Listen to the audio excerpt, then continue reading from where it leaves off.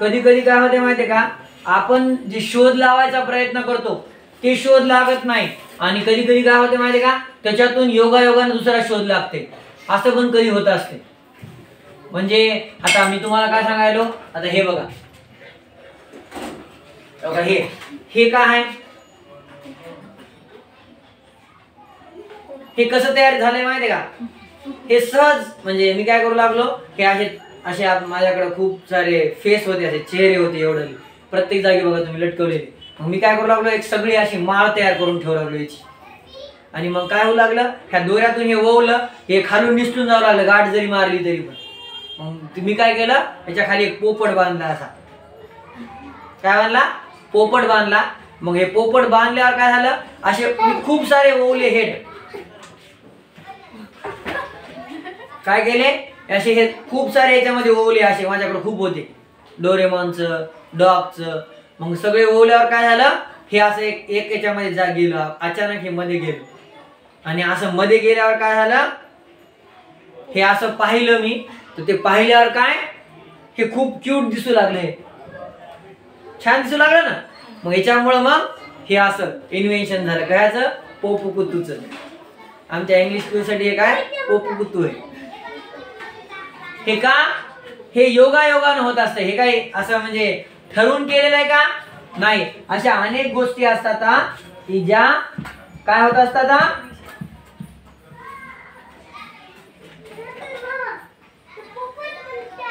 a great scientist in 1665, a scientist Robert Hooke observed a thin section of cork under the microscope.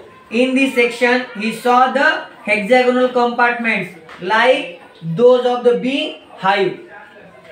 जसं मधमाशाच्या पोळ्यामध्ये ते खाचा कशा असतात, षटकोनी, हेक्झॅगोनल म्हणजे काय, षटकोनी. तशा प्रकारे त्याला काय दिसल्या, कंपार्टमेंट दिसले. असे तशा खोल्या कशा असतात, तसे कंपार्टमेंट दिसले त्याला.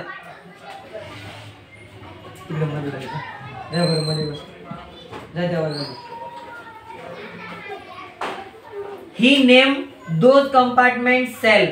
आणि त्याला अशा प्रकारचे काय दिसले, कंपार्टमेंट दिसले. त्या कंपार्टमेंटला त्यानं काय नाव दिले, काय नाव दिलं त्याला काय म्हणलं, सेल म्हणलं. This term is derived from Latin word cella which means small rooms. आणि हा सेल शब्द कुठून आलेला आहे, सेला. कुठून आलेला आहे, सेला. आणि सेलाला लॅटिन भाषेत काय म्हणतात, लॅटिन भाषेत स्मॉल रूम्सला लॅटिन भाषेत काय म्हणतात, सेला म्हणत असतात. सेला तर मग काय झालं, सेल झालं. हे पण स्मॉल रूम सारखे स्ट्रक्चर आहेत ना, छोटे छोटे रूम, 1 BHK असतात ना, 2 BHK 3 BHK असते बघा. हॉस्टेल मध्ये असतात छोटे छोटे रूम, एका याच्या 3 जण असतात बघा, असतात का. In 1838 two scientists MJ Skeldon and Theodore Schwann formulated a theory about the cellular structure which stated all the living organisms are made up of cell and the cell is fundamental component of the living organism. Underline करा, जेवढे काही सजीव आहेत ते कशापासून बनलेले आहेत, sale पासून बनलेले आहेत. All the organisms are made up of cell आणि cell is the fundamental component of the living organism. लक्ष इकडे द्यायचंय, नाहीतर आपलं सगळं एकही विमान आपल्या डोक्यात लँड होईल का नाही, सगळे असे वरून जातात. आपल्याला चलायचे धुऱ्यांना ना, आपण पळालो ढेकळायनं, असं होऊ नये. ढेकळाने गेला पडू शकते ना माणूस. मग धुरा इज द कम्फर्टेबल झोन, तिथून आपण व्यवस्थित चालू शकतो.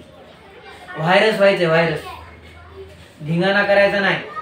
धिंगाणा करताना निर्जीव व्हायचं आणि अभ्यास करताना सजीव व्हायचं. In 1835, Rudolf Virchow stated that all the cells are formed from the pre-existing cells.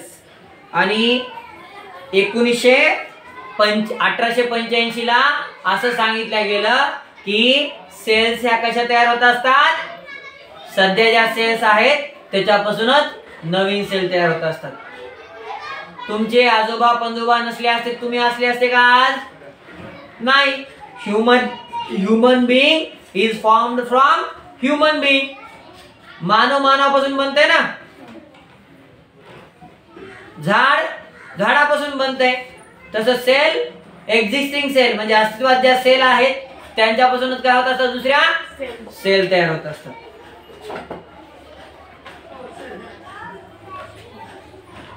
Measurement and observation of the cells.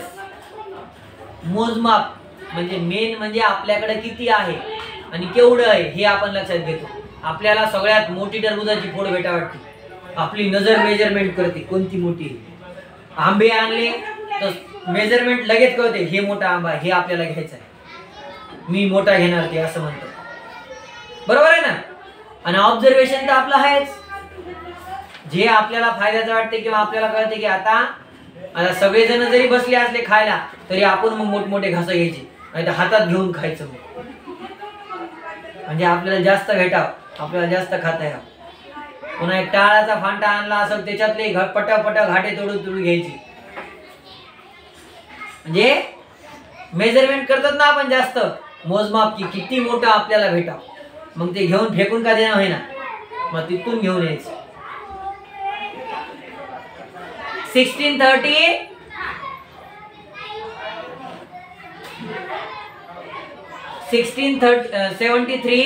1673 मध्ये Anton van लिव्हेनहूक assembled the various lenses to construct the microscope. त्यानं काय केलं, सायंटिस्ट वेडे असतात असं म्हणतात बघा. तुम्ही ते रोबोट पिक्चर बघितलाय का? त्याच्यात ते कितीतरी दिवस आंघोळ करीत नाही, दाढी सुद्धा करीत नाही.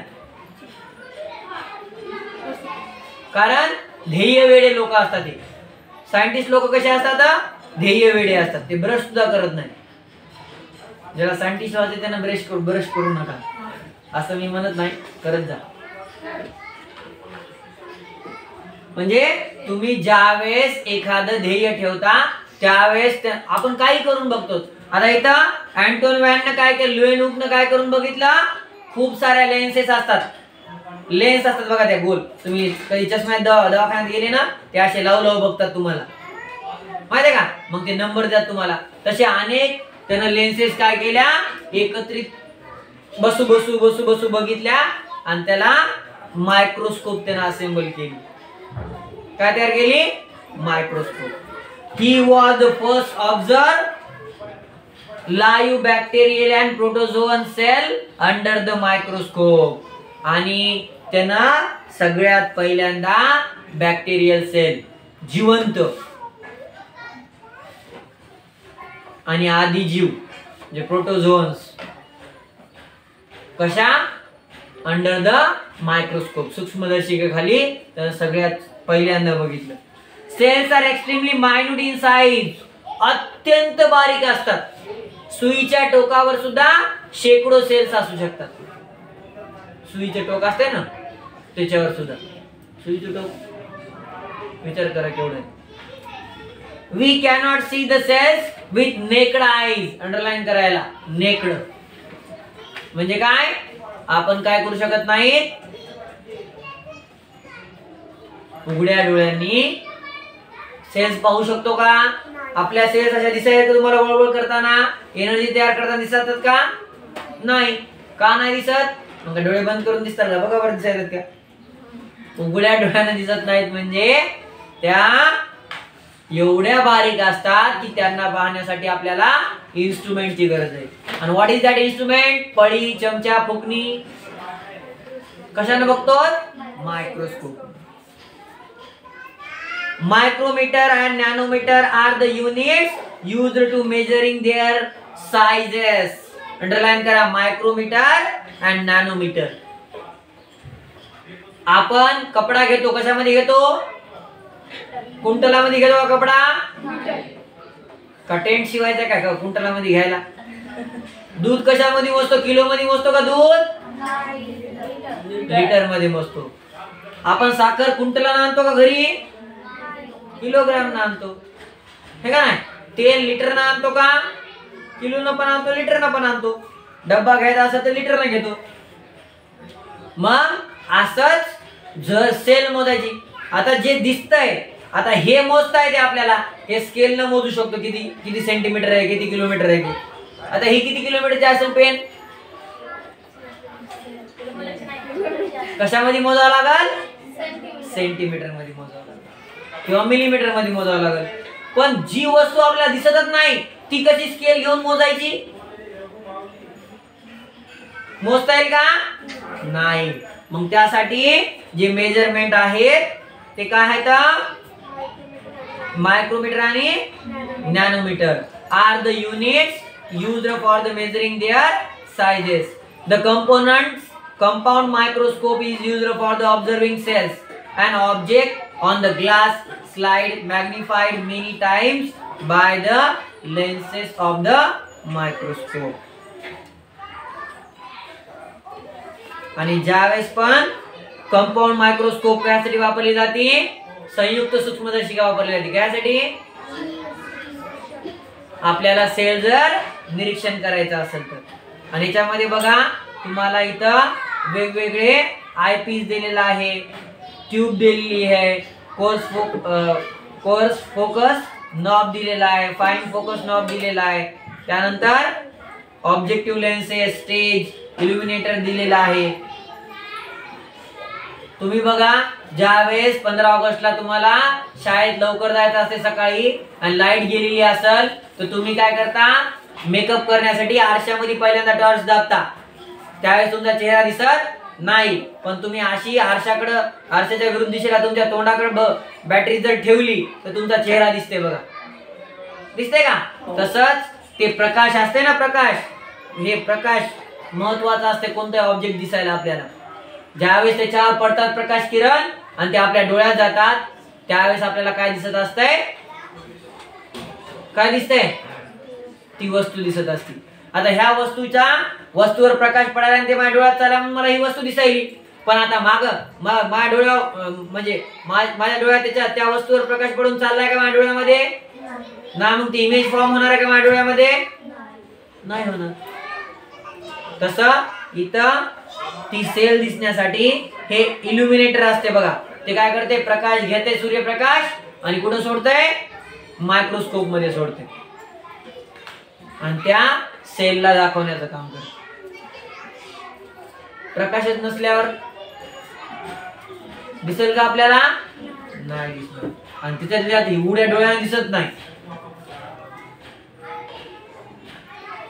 आणि ती काय करत असते? कितीतरी पट जास्त मोठं करून ती प्रतिमा आपल्याला दिसत असते. कारण आपण एखादा मॅग्निफाइंग ग्लास घेतो बघा, ते बघायचं असते ते, तो असं बघितलं डोळा किती मोठा दिसतोय किंवा कोणी पण मोठं दिसते का नाही? ते कशामुळे दिसत असतंय? ते मॅग्निफाइंग ग्लास काय करते? झूम करून दाखवते. बघा तुम्ही कम्प्युटरवर किंवा मोबाईल मध्ये पण झूमचं ऑप्शन असते ना,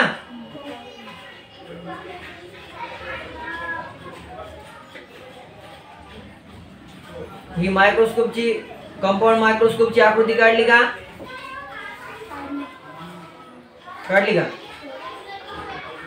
आता 1 centimetre equal to dash millimetre आणि 1 मिलीमीटर इक्वल टू 1000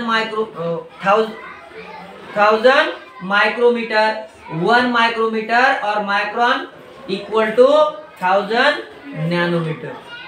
आता 1 सेंटीमीटर म्हणजे किती मिलीमीटर सांगा? 10 मिलीमीटर. किती मिलीमीटर? 10. आणि हे मेजरमेंट काय असणं? माहित असणं गरजेचं आहे.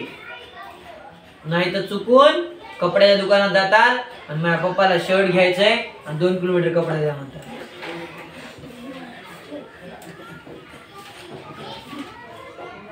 आता म्हातारे आजीबाई म्हणतात बघा, इथून परभणी 24 किलो आहे म्हणतात.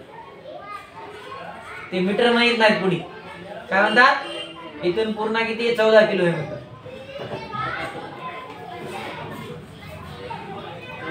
आणि काही काही जण जे समजा जे जास्त शिकलेले नाहीत ना, 2,000 रुपये म्हणतात का चुकून असं बोलल्या जाते त्याच्यात, कारण त्यांनी मेजरमेंट ते शिकलेले नसतात ना. त्यांनी माझ्याकडे ट्युशनही नव्हतं देत तेव्हा.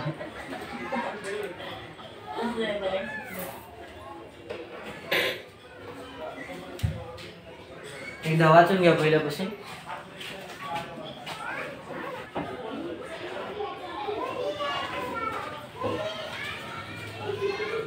Take a piece or the segment of the onion and carefully separate the thin skin from its concave surface with the help of forceps. Place the membrane on the glass slide and put a drop of water on it. काय करायचंय, एक कांदा घ्यायचा आहे, त्या कांद्याच्या वरचा जो पापुद्रा असतो तो हळूवारपणे काढून घ्यायचा आहे. तुम्ही बघा त्या कांद्याच्या वर एक असं पातळ असा पदार्थ, एक हे असते बघा, कवरिंग असती. ती कवरिंग काय करायची, हळूवारपणे काढून घ्यायची आणि ती एक ग्लास स्लाइड असती. म्हणजे कोणतीही मायक्रोस्कोपच्या खाली बघण्यासाठी काय असते, अशा प्रकारची एक ग्लास स्लाइड असती. त्या ग्लास स्लाइड वर काय करायचं, ते पापुद्रा टाकायचा आहे आणि त्याच्यावर एक पाण्याचा थेंब टाकायचा आहे. Take care that the membrane does not get folded while the placing on the side. आणि काळजी याची घ्यायची की ज्यावेळेस आपण ती मेम्ब्रेन काय करत असताल, त्या ग्लासवर टाकत असताल, त्यावेळेस ती काय झाली नाही पाहिजे, फोल्ड झाली नाही पाहिजे, अशी पसरून टाकायची. जसं आपण डोसा करतो ते असं बरोबर हे करतो का नाही, काय ते काय करतात, ते पापड्या करतात बघा, वाफेवरच्या पापड्या करतात ना, त्या फोल्ड होत जातात का नाही, पसरून टाकतात ना, तसं पसरून टाकायचं. Put a drop of a dilute solution of iodine or the eosine over it and observe under the 10x objective of the compound microscope. आणि त्याच्यावर एक थेंब कशात टाकायचा आहे, डायल्यूट सोल्युशन ऑफ आयोडीन, आयोडीनचा एक थेंब टाकायचा आहे किंवा इओसिनचा टाकायचा आहे, की ज्याच्यामुळे काय होईल, ते स्टेन होईल आणि आपल्याला ते मायक्रोस्कोप मध्ये दिसत. अशा पेशी काय होतात, दिसत नसतात. आणि जवळपास 10 पट मोठं काय दाखवणारी कंपाऊंड मायक्रोस्कोप वापरायची, ज्यातून आपल्याला काय दिसलं पाहिजे, ती कांद्याच्या ज्या सेल्स असतात त्या दिसल्या पाहिजे. Don't forget to put a cover slip over the onion skin on the slide before placing under the microscope. आणि हे इथं ठेवल्यावर, इथं हे पापुद्रा ठेवला, याला फोल्ड होऊ द्यायचे का नाही होऊ द्यायचं. आणि याच्यावर काय करायची, पुन्हा एक छोटी कव्हर स्लिप टाकायची, अशी आच्छादक पट्टी एक असते त्याच्यावर छोटी अशी, ती ठेवायची.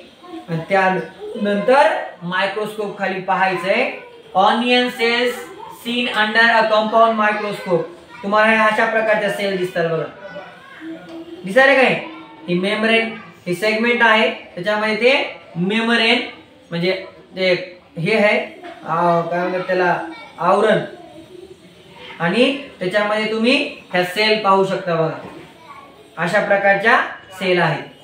In this some way observe the cells from the various parts of the plants like leaves, barks, root and tip.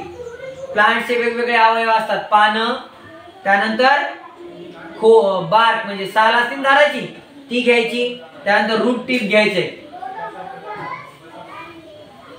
मूळ असते ना मूळ, त्यानंतर इतर अवयव घ्यायचे. तर त्याचं काय करायचं, आपल्याला कंपाऊंड मायक्रोस्कोप खाली त्याच्यामधल्या सेल ऑब्झर्व करायच्या. Do you remember that last year you had observe the amoeba and the paramecium that are found in the water.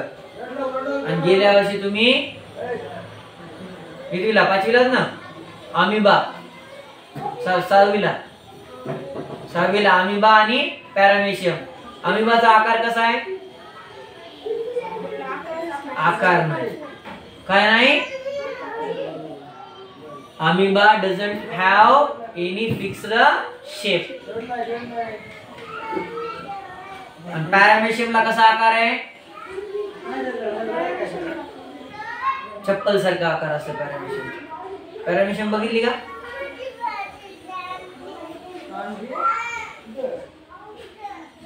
आणि ह्या कुठे सापडतात? पाण्यामध्ये सापडतात. Are the cells that you observe all alike?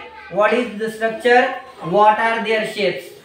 तुम्ही जेवढ्या आतापर्यंत सेल ऑब्झर्व केल्या किंवा पाहिल्यात त्यांचे सगळ्यांचे आकार सारखे आहेत का? नाही. उकार सारखा असते का त्यांचा? नाही. त्यांचा प्रकार सारखा आहे का? नाही. They are all different types. त्या सगळ्या वेगवेगळ्या प्रकारच्या असतात, वेगवेगळ्या पद्धतीच्या असतात. Collect the interesting information about the cells from the reference book in the school library.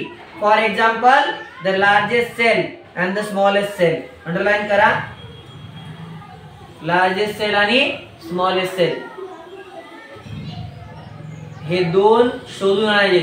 जगातली सगळ्यात मोठी सेल कोणती आहे आणि जगातली सगळ्यात स्मॉल सेल कोणती आहे हे शोधून आणायचंय. आणि सेल साइज नावाचा कन्सेप्ट आपण उद्या बघू. फक्त एवढं लक्षात ठेवा की तुम्ही ज्यावेळेस मी एखादा टॉपिक शिकवणार आहे ते ज्यावेळेस मी शिकवल त्याच्या अगोदर 15 मिनिटं वाचून घ्यायचं आणि शिकवल्यानंतर सुद्धा एकदा वाचून घ्यायचं म्हणजे ते आपल्या लक्षात राहील. आणि सेमी किंवा इंग्लिश मीडियम किंवा CBSE असं अवघड काही नसतंय. पाण्यात पोहायला लागलं हात पाण्यात उतरल्यावर आपोआप पोहायला येत असते. हातपाय मारतेच माणूस, काय ना काय करतेच का नाही? सायकल शिकताना पण आपण काय करतो? पडतो दोनदा, गुडघे फुटतात, कोपऱ्याला लागतंय, पण आपण शिकतो का नाही? तसंच सेमी पण आणि CBSE पण कोणतंही मीडियम असो काही असो, फक्त आपण त्याच्यात उतरत नाही म्हणून आपल्याला कळत नाही. एकदा उतरलं की सगळं कळतं. म्हणजे जेवढे डॉक्टर इंजिनियर होतात ते काय म्हणजे ते काय देव माणसं असतात का? नाही. ते पण आपल्यासारखेच असतात. ते करून बघतात म्हणून त्यांना जमून जाते. आपण केलंच नाही तर जमल का? सेमीसाठी सगळ्यात जास्त महत्वाचा आहे शब्दसाठा. कळलं का? हे 11.4 च्या आकृत्या काढल्या का? 11.4 आणि 11.5 आणि 11.7 ह्या आकृत्या काढायच्या. 11.6